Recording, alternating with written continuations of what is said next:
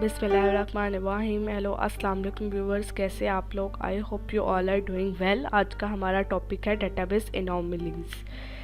Database anomalies क्या होती हैं आज हम देखेंगे और इसके बाद फिर हम नॉर्मलाइजेशन का टॉपिक करेंगे। Database anomalies are the problems in relations that occur due to redundancy in their relations. Database anomalies ऐसी प्रॉब्लम्स है जो हमारे टेबल में, हमारे रिलेशन में उस वक्त आती हैं जब हमारे रिलेशन में रिडंडेंसी हो। Redundancy means duplication of data. जब हमारे टेबल में डाटा डुप्लीकेट हो तो उसमें जो प्रॉब्लम्स आती हैं उनको हम डेटाबेस एनोमलीज कहते हैं। और ये 3 किस्म की प्रॉब्लम्स होती हैं जो हमारे 3 किस्म के प्रोसेसेस को अफेक्ट करती हैं। These anomalies effect the process of inserting, deleting and modifying data in the relation. जब हम रिलेशन में कोई डाटा इंसर्ट करें या किसी डाटा को डिलीट करें या उसको अपडेट करें, मॉडिफाई करें, तो ये प्रॉब्लम्स उस वक्त हमारे पास दीज एनोमलीज हमारे प्रोसेस को इफेक्ट करती हैं। Some important data may be lost if the relation is updated that contain database anomalies. और इससे ये होता है कि अगर हम डेटाबेस एनोमलीज अगर हमारे टेबल में है, हमारे रिलेशन में एनोमलीज है और हम उनको रिमूव नहीं करते, उनको इग्नोर कर देते हैं, तो इसकी वजह से हमारा इंपॉर्टेंट डाटा भी लॉस्ट हो जाता है। और 3 किस्म की एनोमलीज है। फर्स्ट हम देखते हैं इंसर्शन एनोमली। इंसर्शन एनोमली है, फिर डिलीशन एनोमली है, मॉडिफिकेशन एनोमली। सबसे पहले हम इंसर्शन एनोमली देखते हैं। Insertion anomaly occur when a new record is inserted in the relation. Insertion anomaly उस वक्त आती है जब हम कोई न्यू रिकॉर्ड अपने रिलेशन में, अपने टेबल में एंटर करते हैं, तब ये इंसर्शन एनोमली आती है। In this anomaly the user can not insert a fact about an entity until he has an additional fact about another entity।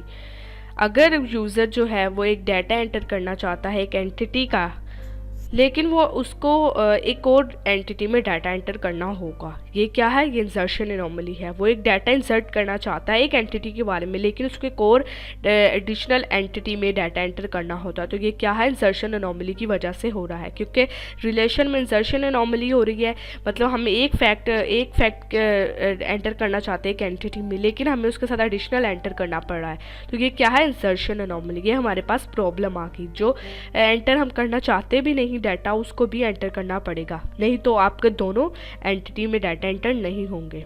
ये इंसर्शन एनोमली आ गई। उसके बाद नेक्स्ट है हमारे पास deletion anomaly. The deletion anomaly occurs when a record is deleted from the relation। deletion anomaly उस वक्त आती है जब हम कोई रिकॉर्ड डिलीट करें रिलेशन में से। In this anomaly, the deletion of facts about an entity automatically deletes the fact of another entity। अब एक एंटिटी का डाटा हमने डिलीट किया तो वो ऑटोमेटिकली दूसरी एंटिटी का डाटा भी डिलीट कर देगा, क्योंकि सेम उसमें रिडंडेंसी आ रही है, सेम डाटा एंटर हुआ है या उससे मिलता जुलता डाटा है, तो वो डिलीट कर देगा उसके साथ वाला भी फैक्ट। हालांकि हमें सिर्फ एक एंटिटी का डाटा डिलीट करना था, लेकिन क्योंकि उसमें एनोमली थी, उसमें रिडंडेंसी थी, जिसकी वजह से उसने एक दूसरी एंटिटी का भी डाटा डिलीट कर दिया। तो ये हमारे पास क्या है? प्रॉब्लम है। तो इस प्रॉब्लम को जो एक एंटिटी के साथ दूसरे एंटिटी का भी डाटा डिलीट कर दे, तो हम इसको डिलीशन एनोमली कहते हैं। नेक्स्ट है हमारे पास modification anomaly. The modification anomaly occur when the record is updated in the relation. जब कोई रिकॉर्ड हम अपडेट करें किसी टेबल में, रिलेशन में जब कोई रिकॉर्ड अपडेट करना हो, तो उस वक्त ये एनोमली अकर होती है। जैसे हमने किसी स्टूडेंट ने नेम चेंज कर लिया या फ़ोन नंबर चेंज कर लिया और हम उसको अपडेट करेंगे, तो उस वजह से ये एनोमली अकर होगी। तो ये एनोमली करती क्या है? In this anomaly the modification in the value of specific attribute requires modification in all records in which that value occur. एक वैल्यू, एक स्टूडेंट है, स्टूडेंट के बारे में हमने मॉडिफिकेशन करनी है, उसका फ़ोन नंबर चेंज करना है, तो अब वो रिक्वायर कर रहा है। मॉडिफिकेशन एनोमली क्या करेगी?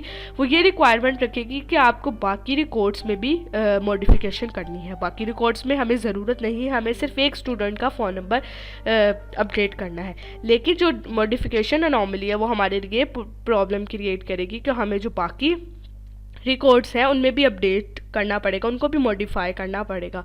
तो ये एनॉमली अक्कर होती है। अगर हमारे रिलेशन में रिडंडेंसी हो तो इस किस्म की एनॉमलीज हमारे पास आ जाती हैं, जो हमारे डाटा को लॉस्ट भी कर सकती है। जैसे डिलीट कर दिया कोई फैक्ट तो उसने इसके अलावा एक और फैक्ट डिलीट कर दिया, तो इस वजह से ये हमारे पास एनॉमलीज आ जाती हैं। Insertion anomaly, deletion anomaly and modification anomaly. In anomalies को ख़त्म करने के लिए फिर नॉर्मलाइजेशन का प्रोसेस यूज़ होता है।